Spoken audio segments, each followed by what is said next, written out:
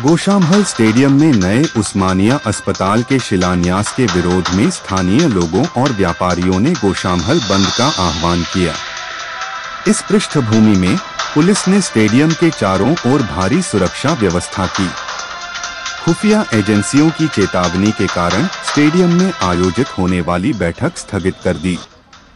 गोशामहल परिरक्षणा समिति ने आज बंद का आह्वान किया।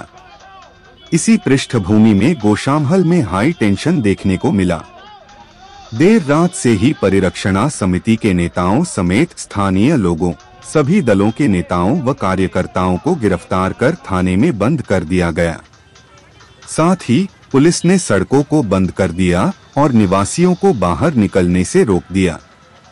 इसके अलावा प्लाईवुड दुकानें और अन्य व्यावसायिक परिसर सुबह से ही बंद हैं।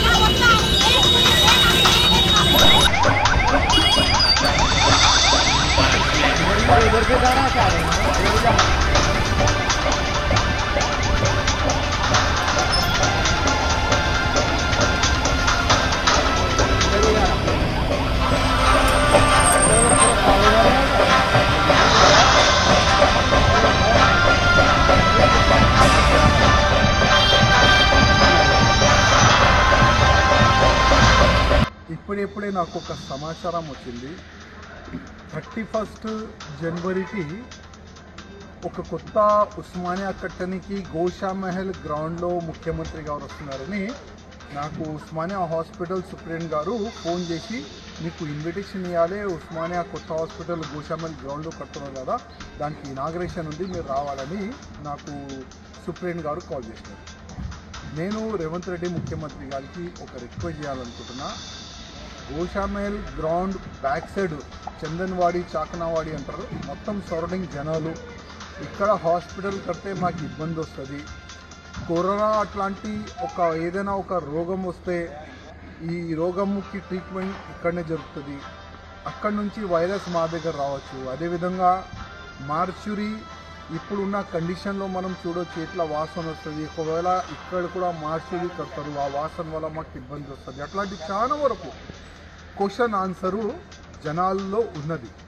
నేను ముఖ్యమంత్రి గారికి రిక్వెస్ట్ చేసే ఒకవేళ మేము ఎన్నిసార్లు అసెంబ్లీలో మాట్లాడినాం, పాత ఉస్మానియాలో పోయి కూడా మేము మొత్తం వీడియో కూడా తయారు చేసినాము, అక్కడనే ఉస్మానియా కట్టొచ్చు అంత ప్లేస్ కూడా ఉంది, అది కూడా మేము మీకు చెప్పినాము, మీడియా పరంగా చెప్పినాము, అన్ని విధాలుగా చెప్పినాం, కానీ మీరు అక్కడనే కడతారని ఒక సంకల్పం తీసుకున్నారని నేను అనుకుంటున్నా। కానీ నేను మీకు రిక్వెస్ట్ చేస్తున్నా, మీరు ముఖ్యమంత్రి తెలంగాణకి, మీరు ఏదైనా చేయాలంటే చేయొచ్చు। మా ఏంటంటే మేము జనాలు ఎంబడి ఉండి మీకు రిక్వెస్ట్ చేయొచ్చు, ఇంకా ఏం చేయలేను।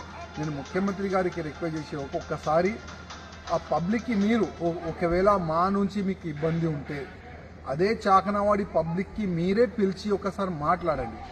మీరు మోడలైజ్ ఉస్మానియా కడతారంట కదా, ఆ మోడలైజ్ ఉస్మానియా ఏ విధంగా ఉంటుంది, ఆ చాకనావాడి ప్రజలకి చందన్వాడి ప్రజలకి మీరు ఒక్కసారి ఎక్స్ప్లెయిన్ చేస్తే చాలా బాగుంది। ఎందుకంటే వాళ్ళు చాలా అయోమయంలో ఉన్నారు। ఇక్కడ ఉస్మానియా కడితే ఆ వాసనకి భయపడుతున్నారు, ఆ రోగాలకి భయపడుతున్నారు, ఆ ట్రాఫిక్కి భయపడుతున్నారు, చాలా వరకు పబ్లిక్లో ఒక భయం ఉంది।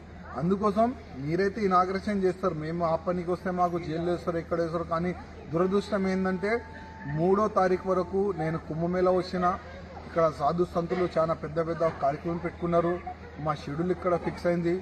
సడన్గా మీరు 31కి అక్కడ ఇనాగ్రేషన్ కార్యక్రమం పెట్టుకున్నారు, నేను 3వ తారీఖు హైదరాబాద్ వస్తున్నా, కానీ మీరు ఇనాగ్రేషన్ పెట్టుకున్నారు, నానైతే మేమేం చేయలేము। కానీ మా పార్టీ నుంచి ఒక రిక్వెస్ట్ అయితే మీకు చేస్తున్నాము, జనాలు మాటలు మీరు వినండి. ఒకసారి జనాలు ఎంబడి మీరు కూర్చోండి. మీరు ఎక్కడుంటే ఎక్కడ జనాల్ని పిలిచి ఒకసారి ఎక్స్ప్లెయిన్ చేయండి. అసలు ఇక్కడ ఉస్మానియా ఎందుకు ఉండాలి? జనాలు అడుగుతారు ఇక్కడ ఉస్మానియా వద్దు, అసలు ఎందుకు వద్దు అంటున్నారు వాళ్ళు. ఒకసారి వాళ్ళ మాటలు మీరు వాళ్ళకి పిలిచి అడగాలని నేను రేవంత్ రెడ్డి ముఖ్యమంత్రి గారికి ఒక నివేదన చేస్తున్నా, ఒక రిక్వెస్ట్ చేస్తున్నా.